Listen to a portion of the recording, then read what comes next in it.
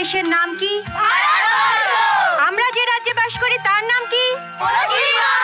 1947 খ্রিস্টাব্দের 15ই আগস্ট ভারতবর্ষ বিভক্ত হয়ে ভারত ও পাকিস্তান নামে দুটি স্বাধীন রাষ্ট্রে পরিণত হয়েছে। আমাদের ভারতবর্ষের প্রথম প্রধানমন্ত্রী ছিলেন পণ্ডিত জওহরলাল নেহেরু।